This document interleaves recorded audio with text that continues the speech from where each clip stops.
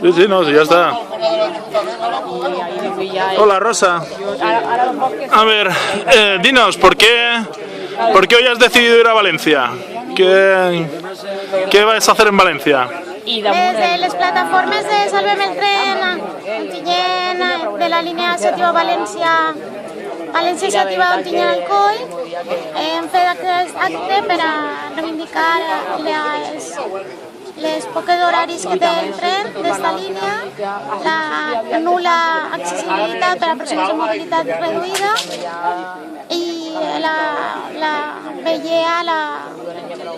mal estat del tren i de les vies, sobretot la tardança en horari, 2 hores per arribar a València. Jo vaig en cadira de rodes electrònica, aleshores el que he tingut que fer és portar-me la meva pròpia rampa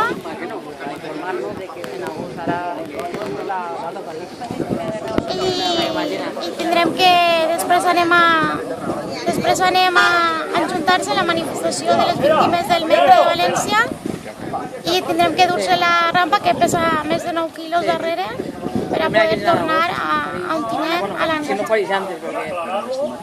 Pero aquí subes con tus medios, estos no te los ha proporcionado Renfe, ¿verdad? No, Renfe así no te cap, no té ni siquiera possibilitat, no té ni possibilitat